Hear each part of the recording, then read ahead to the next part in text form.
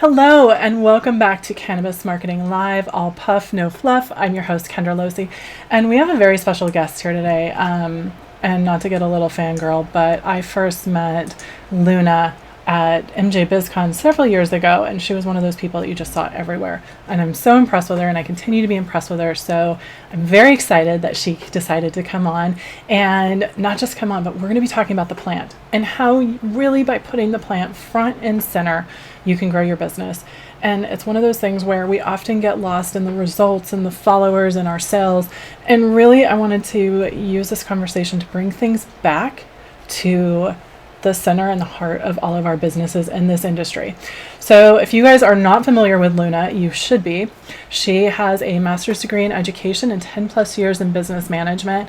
She has a high level insight, skill, and helps scale and activate dozens of brands. And if you know her, you know she has a passion for purpose. And I am just so excited that you're here. Thank you, Luna, for being here. Thank you, Kendra. It's an honor. Absolutely. And you guys, if you're watching, be sure, I can see several of you are, be sure and put your comments and questions in the chat. We'll be pulling them on so that Luna can answer all of your questions. And we are excited that you're here. People are blowing it up, Luna. Questions. Absolutely. So to begin with, can you talk a little bit about, like, for me, coming in 2016 into the industry, you've always been here. Can you talk a little bit about how you got started and what brought you into the industry? Absolutely. Yeah. I mean, so I was born and raised in the East Bay area. I was in 6th grade when Prop 215 passed. And so everyone around me, from growing and selling and brokering, that was just kind of what we did. So I've been in this business since I was a little kid. I never saw it as a drug. It was always a medicine. And so for me, going through undergrad and grad school and getting into social work and education as a public school teacher, it was what put me through my grad school. It's what put me through my undergrad. And so it was always an undercurrent until I really started seeing the professionalization come around and went, wait, I could probably marry my, marketing and communication skills with my ability to sell weed. And, it wasn't just in the cities that I was doing it. I was going up to Trinity County and working with farms up there to do everything from seed all the way to sale, everything in between, including trimming and brokering and all that stuff. So I was able to really bring kind of like that grimy OG, sleeping out under the stars with a shotgun, shitting in holes with, nothing but a dog around for miles, and all the way to, having this really incredible experience being a public school teacher and being able to go through, formal credentialing process. So, from working from eBay to working as a trimmer, I was able to kind of marry the things together. So, and I really credit Women Grow and a lot of these business networking organizations and, MJ BizCon, New West Summit, ICBC, International Cannabis Business Conference, and some of these other events that were happening on weekly bases and monthly bases that really were just allowed people to get together and network. And I really owe a lot to that. The undercurrent of women supporting women is a huge part of where I've gotten where I am today. And I continue to kind of do the same now. Oh, absolutely. Always send the elevator back down, they say, right? Absolutely. And it's so important. I think that, I'm from Santa Cruz originally, so growing up in that area, it always has like a special, like it's always this kind of just a separate little world in its own, when you start looking at those little, those towns. Because also it's, when you look at the openness towards cannabis and what it can do and where all that, where some of that started is really impactful. And, before we started, we were just talking about the lack of in-person events this year. It's been so hard. But luckily there's a lot of online events that have been helping. It's not the same, but it's helping for sure. Yeah. And it helps with accessibility too, right? Like for not everyone can make it, Absolutely. An hour is traveling across the country. So there's a lot of bonuses and pluses for sure. Absolutely. And it's definitely like, I know I've been able to attend a lot more than I would have been if I had to travel to all of them. God knows I tried last year, but even that I couldn't make it to everything I wanted to. One of the things that I really wanted to talk to you about today is when I asked you for, like, what are your tips? Your tips, and I mentioned this before we started, your tips are so down to earth, yet so important, and I think that it's really important. And one of the things that you said was how to treat the plant like the goddess she is. Can you talk a little bit about that for us, please?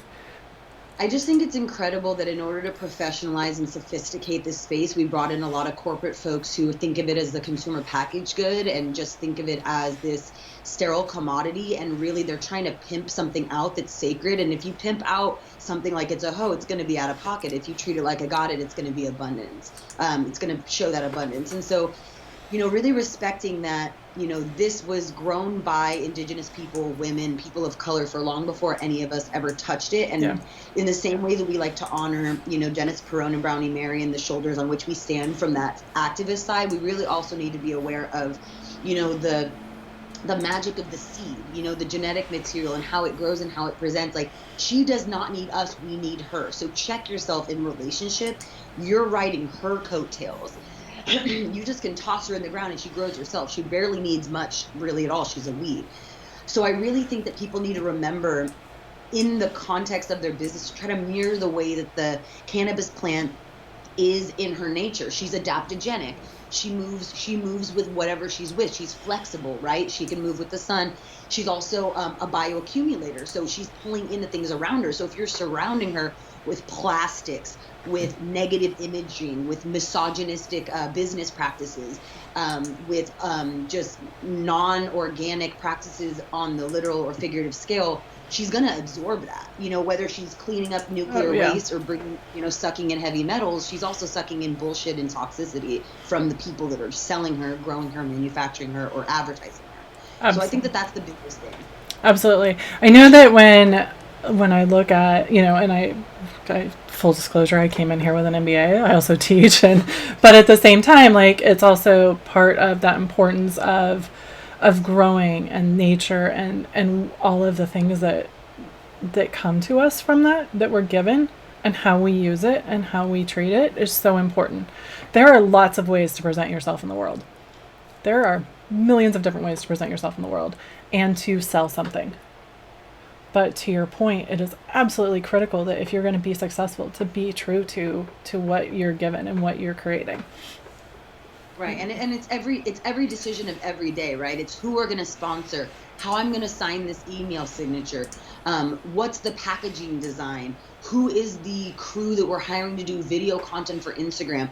Every single decision you make, you need to kind of like have a picture of the weed on your wall and be like, am I honoring you right now? Like, it really, even people who have the best intentions, we all just get into that mode because capitalism keeps us in this very scarcity mindset of fight or flight, right? Where it's like, I need to get this thing. I have this deadline. I have these investor pressures. I have these things. And you forget, and it kind of leads into another point we're going to talk to in a bit about, canna-KARMA. So if your question is, how do we honor the goddess? It's not just to be good ethical practitioners, but it will actually come back and bite you in the ass, as we're seeing in a lot of cases right now. Oh, absolutely. Absolutely. Like, when you start to look at some of the companies that are out there and the business practices that they have, whether it's hiring employees and how they're treating their employees, whether it's how they're marketing themselves and once again presenting themselves to the world,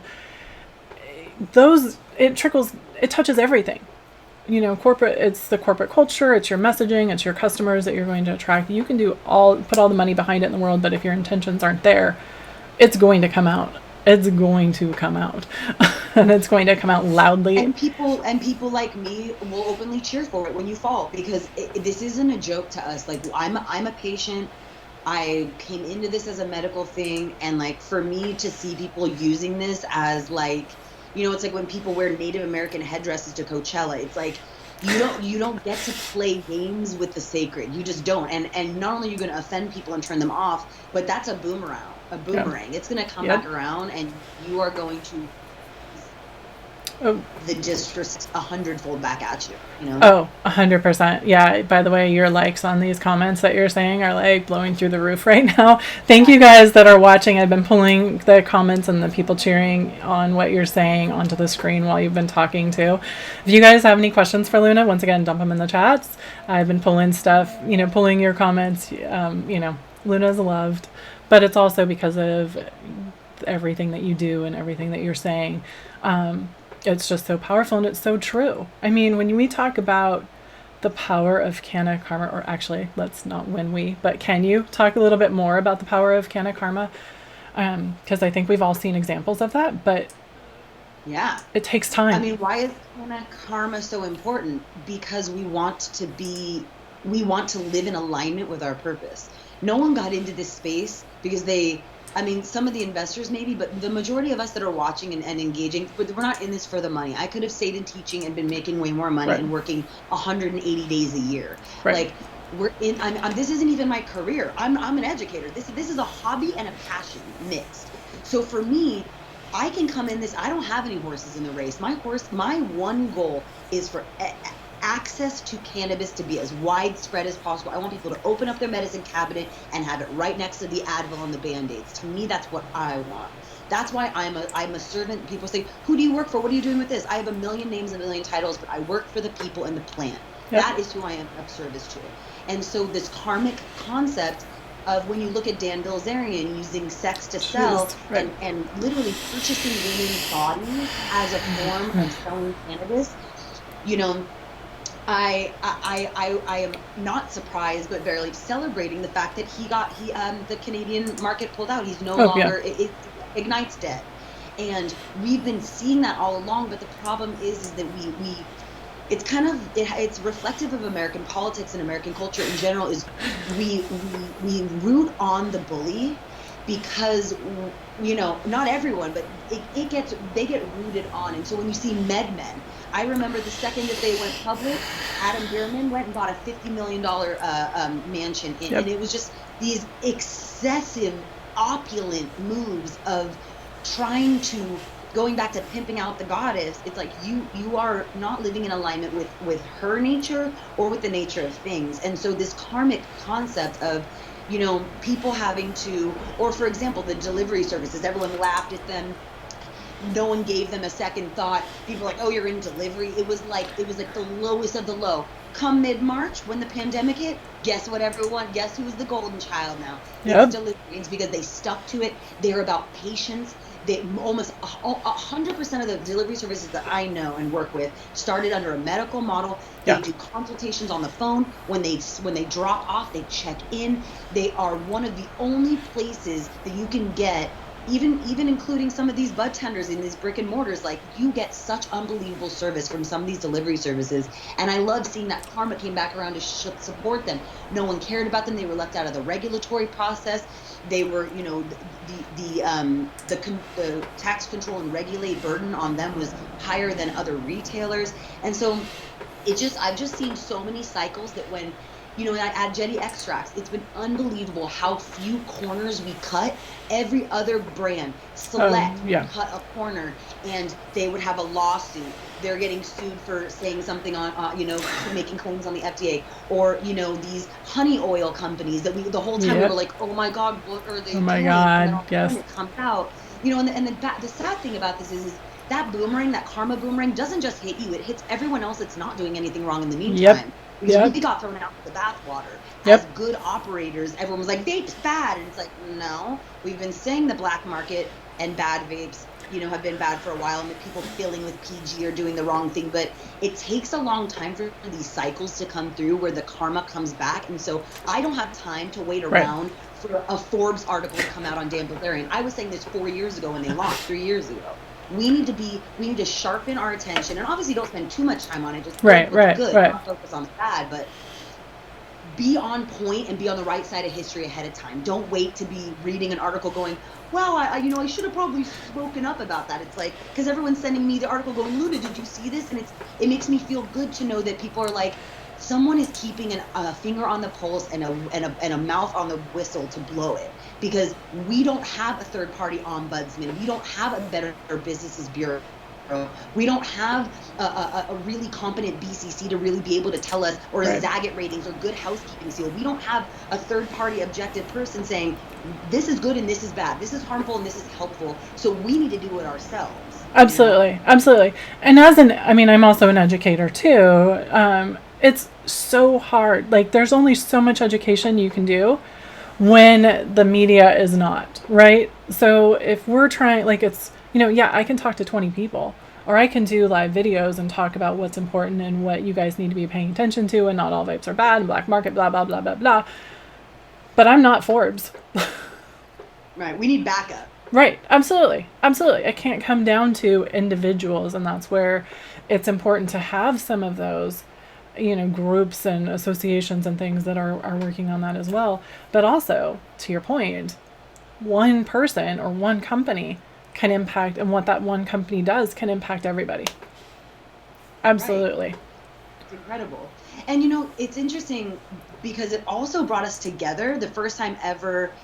Because the CEO of Select had to step down because he was accused of rape, and there was this whole thing. So we've always been at odds.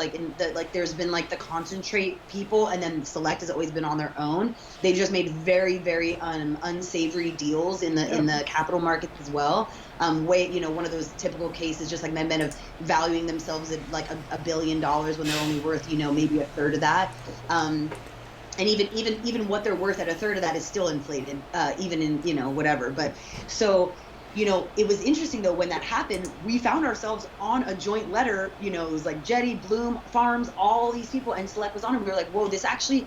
At the end of the day, there's still an us versus them, and it's not it's outer. Right. And us versus them is us versus the federal government. Until we're off Schedule 1, we don't get to infight. So I get mad at the people causing us stink because it's like, bro, it's just like the left right now. It's like, you're not vegan enough. You're not a third wave radical feminist enough. You're not intersectional enough. It's like the right doesn't care. They're like, you don't want abortion. You're a Bible thumper. You're this and that. We're cool. Like we'll all kick it. And the left is like, I don't like your pronoun use or whatever. And it's like, all those things are important. But if we have a goal, the left and cannabis, we suck at having that. I mean, ask Jackie McGowan and anyone who's involved on that city and county ban watch. The infighting is confusing to the lawmakers. They don't understand why the trade associations and the people that they represent aren't getting along. So I found it really beautiful that in that moment of like, oh my God, they're going to literally make vaping, they're going to wipe us all out. Right. It kind of consolidate like, okay, we really are on the same team. Like we're in the same boat. We need to work together. And I think that that's another reminder for people not to be assholes too, is because like we have to work together. It's like we're the siblings and like the dad's the bad guy. Like if we're busy fighting, dad's still going to be this abusive jerk. But if we get together, we can fight back. And that's what's happening. We have a very patriarchal top-down system that's keeping cannabis under wraps to let pharma and the medical industrial complex prevail with opiates and all of these other harmful things that the VA is giving to vets that's making them kill themselves, and old people are falling over and breaking their faces open, and they're demonizing us. So the more infighting we do, it's not just bad for business. We will not move this conversation along. It's absolutely right. It's absolutely right. Right? When you start breaking down the nuances so low that only the people that know all of the things can follow, you're losing you're losing 95% of your audience because they're not going to care. You said something earlier that I think is also really important, is that, I want to go back a little bit because you said that, your goal is to have people having cannabis next to Advil in their shelves or instead of Advil. I came into this from medical as well. And it's one of those things where like, I have insomnia and it helps me, but I can talk to friends and family in other states and they don't have that access. And it all is, that's nice. It's left to the States. That's great, whatever. But, it only gets us so far. And it's, and all of this wraps together to what you're saying. And I think it's really, really important to remember and keep in mind as you're building not just your business brand, but also your personal brand. It all ties together because people aren't paying attention to, oh, is it a concentrate, is this or that? They're trying to figure out if they can even get access to it. They're trying to figure out what they want and what they need to feel better and to help themselves and help their family members. Right. They've had 30 years of practice knowing if they want wine, tequila, or beer. But right. They've had zero practice knowing what's for insomnia, aphrodisiac, and pain. So and most people who try it, you eat a 100 milligram brownie by accident, they never want to touch cannabis again. But if you overdrink one weekend and get alcohol poisoning, people are going to drink the next week. And it blows my mind that, right. And this is a big reason why I think companies hire me to do their branding and do the work with them is they don't have time to like know all of these things in their head because they don't have that practice. It hasn't been mainstreamed. And a lot of, for us marketers and branding people, we need to be those gatekeepers. People bring me on just to make sure that I'm, that corporate social responsibility that is in the, because I don't have to think of it as an afterthought. It's endemic to everything. Everything grows from that as the core. And then things grow from that because I'm not a manufacturer. I'm not a brand myself. So I have the privilege and the benefit to not be focused on my bottom line, not be focused on a lab with 100 people making oil. I can just make sure that the messaging is salient, that we're honoring the goddess, that our karma is good, and that, at the end of the day, another point that we talked about is love is lucrative. What does that mean? Why does a company bring me on? What do they want when they bring me on? They could bring anyone on with an MBA. I have very little formal training in business, if any. Like, I don't even think I've ever taken a business class in my life. You're fine. I think the last time I took a math class was in high school. Like, I am doing it because communication is key. Finding, and teaching, as there's like what where the student is at, and then there's the zone of proximal development, which they call like the moat. How you bridge and how you scaffold to do that is such a big part. And I was selling CBD 5 years ago. People were laughing me out of the dispensaries, going, your THC card's 20 and your CBD's card's 25, and one doesn't, and the more expensive one doesn't get you high. You are insane. There's no proof that CBD does anything. No one knows what the hell it is. They're still calling it CBDs. Like, and now everyone's like, I was laughing the whole time watching CBD get so big because I was like, I could not make a single sale on this product. So crazy. Because we had to build that, right? Like microdosing. Why would I want 5 milligrams when I can get 500? We had to explain that. So it's up to us as marketers. We need to see ourselves as educators first and foremost, and that our job is the triple bottom line. The CEO has to make their bottom line, and then, but the underlying bottom line is, what legacy are you leaving for your kids? What legacy are you leaving for people coming in behind you when you go to a different company? What legacy are you leaving behind when you're creating electronic waste and packaging waste? And when your images that you put, Dan Bilzerian, a woman feeding a goat on a billboard with her ass hanging out saying nice grass, that is going to live in perpetuity for the rest of your grandchildren's natural lives. So what are you doing, really? Like, and it's like, oh, we're just doing a little campaign. And it's like, no, there's no little anything. Everything you do maps, right? So it's like, I always think about, and I heard the love is lucrative. I heard at, I don't remember where we were. I think it might have been MJ BizCon or New West Summit. Andre Special, who is the founder of CBCB and a lot of the different dispensaries in the Bay Area. They have 4 different across the state. And was a major advocate, very close with Jack Herer, and she said it, and it's interesting because even though she's beholden to a lot of other interests in her own life, I see her really living it, and it's kept her really safe. It's kept her in a bubble of legitimacy, and I can't tell you how many times, it's just like in Hollywood. You don't know who you're going to be sitting across from getting a job. They always say be really nice because you never know. It's the same thing, and obviously don't do it. You should do it altruistically, not just because you're worried about getting in trouble, but like, watch your reputation, because people will come to you. I mean, people are hitting me up 5 years later saying, I've been watching you for 5 years. I've been waiting to get a budget to hire you. I really want you to help me on my copy. I really love the way you speak. If I hadn't been living in integrity as much of the time as humanly possible for that last bit of time, I wouldn't have seen those seeds that get planted come to fruition half a decade later. So it's a reminder that, like, you can still make money. You will still keep your shareholders happy. You will still, reach your KPIs and be able to show the ROI on some of these activations that you're doing. Because when people make a comment or write a review that's like, I will never forget the blank event you did, it changed my life. I'm telling 10 of my best friends, and I'm writing a review on Weed Maps, and I'm writing a review on this.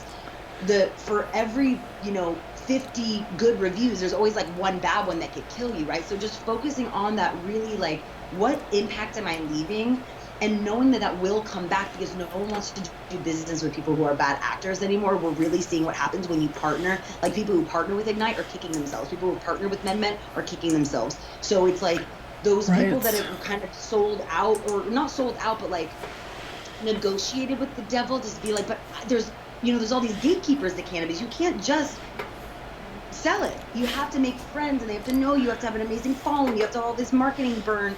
You have to be able to throw all this stuff at it. So at the end of the day, if I'm a buyer or I'm a consumer and there's a million people in front of us, I kind of want the one that has the nice story. Like when I'm at the store in front of the granola, I want it to be fair trade and organic. I want it to be Nona Strogi's, 200-year-old recipe with a cute little picture of her. Like we have the same literacies that we as natural food eaters use when we go to a Whole Foods or a natural food store and read the ingredients and the certifications. Why we're not transferring that into the cannabis space is a mystery to me. And I'm as someone who's like soy-free, gluten-free, dairy-free, mostly vegan, like I'm like, why are we not doing that in this space? And that's what I think we need to remember is we don't have to cut corners and skimp on our ethics to make sure that we make it through this pandemic and in this very, very unfairly competitive landscape for controlled cannabis, at least in the California context. Absolutely. Absolutely. I want to break down a little bit about what you said. We have a question from Heidi as well. Heidi Groeschel, so amazing. But before I go to Heidi's question, I wanted to dive into something you said. And I think that's really important because it's one thing to not say anything good at all, right? To just promote your brand and buy your bazillion-dollar mansions and sell women's bodies. That's one thing, right? It's another to say what the right words, but not mean it, right? So I used to, and how I got into higher education and eventually cannabis is because I used to help Tiffany sell more diamonds. That wasn't the legacy I wanted to leave. That wasn't what I wanted to do because it wasn't helping anybody, right? Like, it's that creating that authenticity so that what you're saying actually aligns and that goes back to what you were saying. People know. People are smart. There's bullshit detectors on high right now. So they're going to know if what you're saying is not in line with what you're doing and how you're treating your employees, how you're treating your business partners. All of that comes back, and it's still a small enough community for as big as it's become. It's still a small enough community where people know and can find out quite easily. And thanks to also people like you who help bring that forward for sure. And what's more disruptive and cost heavy than turnover? You left Tiffany's. Right. Why? Because you didn't give a crap about what you were doing. That's what people don't realize too, is they're just moving in their corporate way, and they're like, well, everyone's just happy to have a job and everyone seems okay. But if you're not investing into the morale of the people, that the brand ambassadors, the sales reps, the marketing directors, if you don't care, then they're going to keep I want a CMO who is there from the start of the brand to the death of the brand. I want a person that owns the branding, that owns the language, that owns all of that information. I do not want to hire a new marketing person every 6 to 12 months. Oh my God, and if you look at these companies, the turnover is so high. The retailers who treat their people like crap, right. They never have the same bud tenders.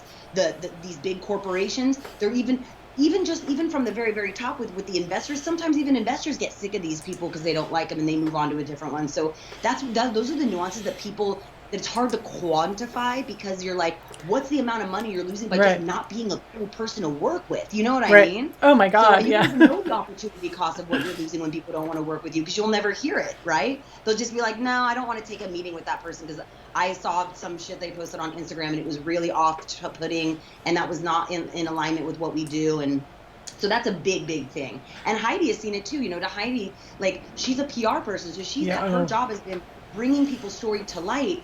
And it's hard for her to find clients that she aligns with, because some of these people really, their story doesn't resonate with her. She probably does have to say no to a lot of people. And you are when I wear someone's name on my chest, when I'm with that brand, oh my God, I am embodying it, yep. right? Yep. And everything that they do. So we have to be very careful. Like you said, people's bullshit meters are on high right now. So I really appreciate that. And I really love that people are kind of tired of being marketed to. They want to be told a story, not sold a lie. Oh my God. Yeah. And they want to be part of the story. Yes. Like, stop hitting people over the head with what you think they need to know. Like, bring them in and make sure it's interactive and engaging. I want to jump to Heidi's question before we wrap up. So Heidi, let me pull it over onto the screen here so you guys can all see it. Heidi's saying, from the marketing perspective, what are brands doing now to educate people across the country about benefits of cannabis and what sells?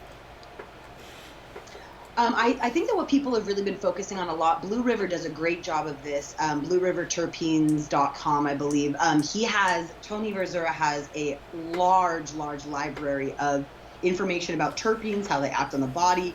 Hello MD did it for a while. Leafly is really great at that too. And Level actually does a lot of education about that as well. I think that it's not an industry-wide educational thing, and this kind of goes back to, we don't really have a unified voice. Everyone's pretty self-interested just because of the way we've been set up. But each individual brands, if you find brands that are really medically focused, that are really focused on microdosing, for example, there's just, I think that really, finding brands that speak to you and then going to their websites and seeing those things, and if they don't have it, kind of asking them, or finding your local dispensary or your local delivery service and really asking them, I would always say as a brand ambassador, when people walked in, I would just say, what's your health goal? Yep. I don't, it's like, I don't really need to talk about like, what do you like, what's your favorite strain? Because I never ask that. I'm just like you said in your example, I just need to get some sleep. Sometimes it's not even about cannabis. Sometimes you just need better sleep hygiene. You just don't have your laptop in bed. Don't eat or consume screen before 2 hours before falling asleep. Like, there's certain things that cannabis allows this bigger value to the wellness community as one tool of many. But really, cannabis is a part of mindfulness, pleasure seeking, the balancing of pain so that you can have clarity of mind to be creative and think, and that euphoria that can help with a lot of depressed moods. I think that it integrates really well. And so I think that that's what we've done really well as an industry, is we've been able to do a lot of wellness pop-ups with, unbelievable example. They go to yoga studios, they do sound healing. And then in context, they're like, and then all the way, also you can like rub this salve on you. It'll, but at the end of the day, it's, are you breathing deeply? Are you loving your body? Are you taking time out of your day to take a 5-minute smoke break? It's not about the plant. It's about loving yourself. And it's one of many tools in the tool belt. So I would say that, we're trying to build that out a little bit more to be more robust, because really that's the only way you can sell something like Delta 8 for 2 times as much as something else, is to explain how it acts on the mind, or why CBN, for people like you who really need it for sleep, is such a hot topic. You would not, at the retail level, I'm not going to pay more, like to my point earlier about the CBD buyer that was like, what are you talking about? It's more expensive. It doesn't get you high. Now, the buyer knows, the store manager knows, the bud tender knows, and can say, actually, this Delta 8 acts on a part of your receptor that makes you feel like you're high school stoned again. It's for people who have an oversaturated Delta 9 receptor, like you actually are able to get higher. Like, oh shit, that's why I'm paying $15 more at the register. So I think that without that education coming from the brands, because consumers are not really educating each other in any other way other than maybe YouTube videos or things like that. And BCC is not offering any education. So we don't have like PSAs like other people do. We have to make our own. We absolutely have to make our own. And I want to touch on that for a second, because there was a survey that came out recently from a big study that most people are looking to YouTube and their bud tenders. Like, the top places people are looking for information to be educated on cannabis and on brands is bud tenders and video. And that's actually one of the things that I noticed when I was doing an audit for a client, was the videos that you had created for Jetty, because it was one of the few brands that I was auditing that had videos of quality that were just like a person talking to me, right? Like, oh, hey, I've always been curious about this. What is dabbing? How do you do it? What is this? What is this? What should I look for in a vape pen? Like, whatever it is. People are looking for video. They're looking for that connection, and they're looking for that authenticity. When I watch a video with you in it, I know that what you're saying is real. I know you're not going to bullshit me. I know you're going to give me your opinion, no matter what brand you're representing. And I think that's something that we all need, and that's something that people are looking for. Absolutely. And be willing to say no. Like my friend Ashley Manta, I'm working with Hopper Reserve with Fiorello brands to brand. We just launched Hopper Reserve, Dennis Hopper's pre-roll brand.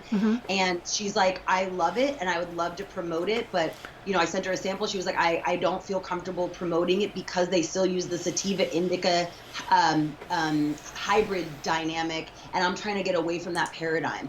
I'm like, she could have totally done it and not thought about it, but she's like, no, I'm sticking to my guns, and I respected her so much for it, and I love her for it, because we all, anyone who works with the plant knows it's a misnomer and it's total BS, and we're doing it. I get why we're doing it. It's supposed to be helpful, but it's botanically inaccurate information, and it's lazy marketing, and we need to get away from that. But I love that she's an upstander. She's a radical sex therapist and queer, and she's she's queer in her life, and then she queers her professional ethics, and that Yep. is so important. Is like, she didn't stand to make any money from it, but there's a lot of things that I've said no to because I'm like, no, I do not want to be associated with that. Oh, Like absolutely. Dosist, back when they were humble, they offered me $200,000 when I was just brand new in the game. I think I had 2 years into it, and I was like, almost $250,000, including, after commissions, I would have been making $250,000. For a girl who grew up, working class, like that Yeah. was crazy. But I didn't like humble. I knew that Right. they were corporate. I didn't like their stupid pens. I'm not going to put my name on the line for someone's stupid pen. Right. And No. I said no to a huge amount of money, but I didn't even have to think about it. I told him no before he even scheduled the interview. The interview was just to hear him out. He already knew I didn't want the job, and he still was trying Yeah. to sweeten up the deal. So I'm just so grateful that I've said no to all of those things, because now look at it. They still have no respect, and they're a joke. So listen, that's my if I have any takeaways for those folks listening, listen to your instinct, not your scarcity mindset, because it is scary right now. There's a pandemic. I had 10 clients before shelter in place, and I went down to almost nothing. I'm just building back my portfolio now. I was desperate at one point. I'm thinking like, oh my God, I literally need to start looking into some crazy, I might need to go back into teaching Yeah. and like other side hustles. So don't let that wolf inside of you, don't feed that wolf inside of you Right. that is fear. Feed the love and the sense that this plant, if I'm caring for her, she will always care for me. You will never be unfed or unhoused as long as you are in this industry with a good heart. I will never fear that I will not have a job, because I know that I've shown up in the ways, and when you deposit into the bank of karma, you can always withdraw when you need it. So stick to your guns. Be real with yourself and the people that work with you. Even if it's hard, speak up in that meeting when someone's silencing you as a woman. You speak up when they say they're going to do a sponsorship of an event that you don't like one of the sponsors at. Say something, because even if they kind of get grumbly about it or it's weird, at the end of the day, you're still going to be respected for it. You're still going to be seen as someone who they go to make sure that you're vetting things as kind of like that bullshit meter, like you were talking about earlier. I really think that we need to hold each other accountable too. People ask me stuff too, like Ashley, for example. She's like, what's up with this? Is Sativa indica hybrid? She wasn't afraid to ask me about Right. it. I was like, this is an excellent conversation. I agree. I didn't even think about it because I'm so busy launching my client's brand that Yep. I was just like, oh, that's just my personal preferences or whatever. But when someone actually intervened and blocked it, I had to write to the team, hey, this is someone that's really concerned, and they brought it back to the team, and they're restructuring their marketing around it. Thank Amazing. God she said something. Amazing. Instead of me just brushing over, oh, it's just another, everyone uses it, blah, blah, blah. Don't get complacent. But it's also not just that you brought it back, but that they did something about it, right? Like, we've all worked with places that you don't have to do something. They just like, oh, that's nice, and put it in the pile, right? Yeah, that's cute. Oh, look at you. That was my Look at you with your favorite. social justice hat on. That was always my favorite. Listen, kid. Like, I'm gonna tear I your. know you're really sensitive. Like, I know you're a young woman. You're really sensitive, So, yeah, and it's hard. It's not sexy all the time. Like, I get a lot of love for it, so I feel very emboldened to keep doing this, because I just get so much love. People like, yeah, because not everyone has the Right. voice, the confidence. I mean, I'm a well-educated white woman. Like, I'm a Jew. Like, I have a lot of energetic privilege that I can take up any space anywhere and be very confident. Not everyone has that, either Right. personality-wise or their business doesn't allow them to. They might not have the ability to. They might be a representative of something that has to stay neutral all the time. So Right. sometimes, if you might not be the one to be the upstander, but poke an upstander. I have so many people that are sending me things and want me to call things out, and I do it. I'll be the tip of the spear. I'll be the messenger that gets shot, because I don't care. I don't have anything to lose. I'm not a CEO of a company that's going to get sued. You know Right. what I mean? Right. I'm just my little LLC. So like for me, I can kind of stick my neck out, find other people like that, or find your voice in that, because, and like I said, this doesn't need to be, I'm not a full-time crusader. Like, I'm focusing on building what I love, because when I talk down the things that are negative, I have to be able to point to what I've built that's positive.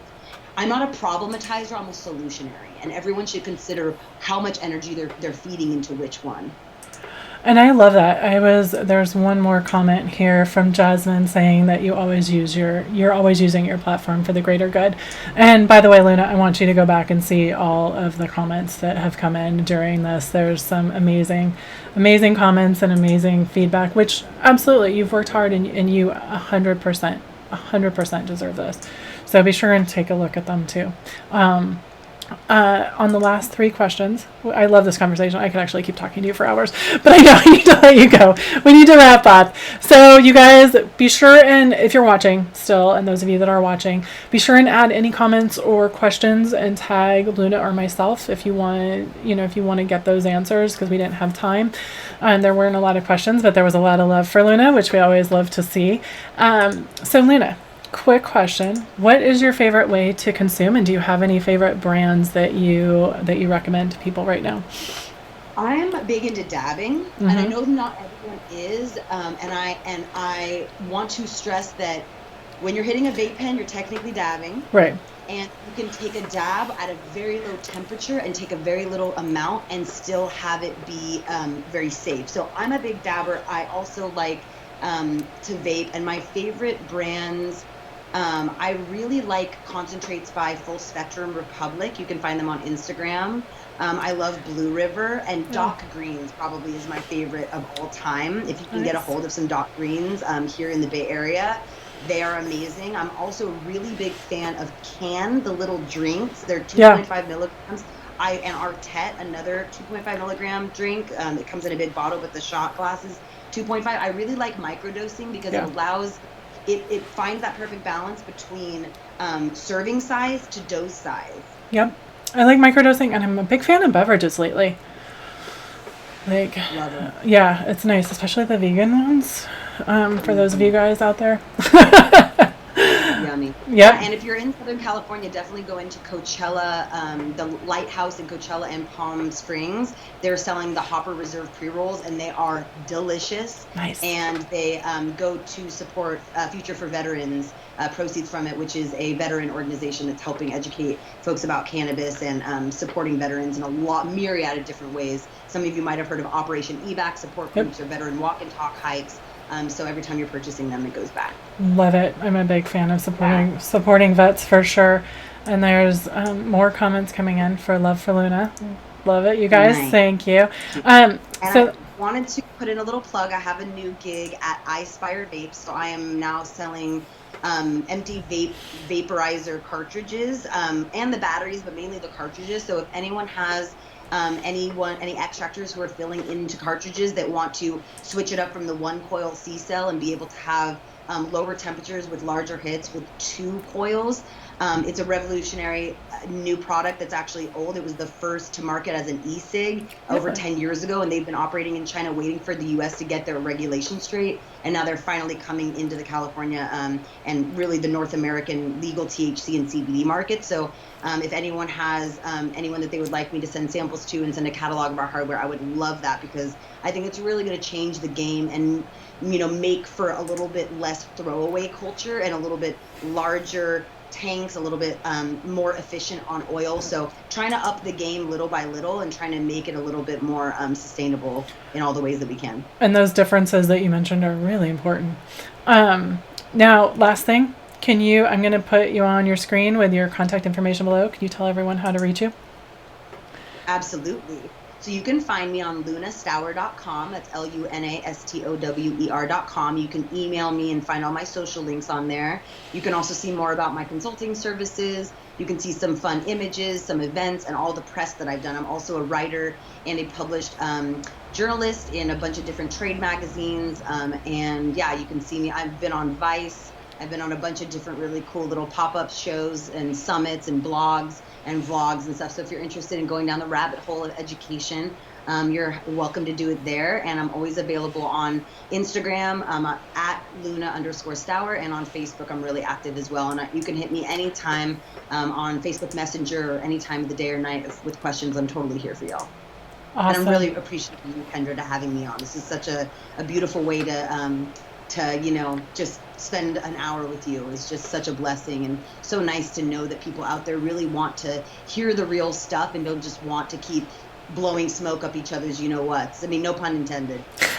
Life's too short for that. There's no time. So thank you so much for being here. You guys, thanks for watching.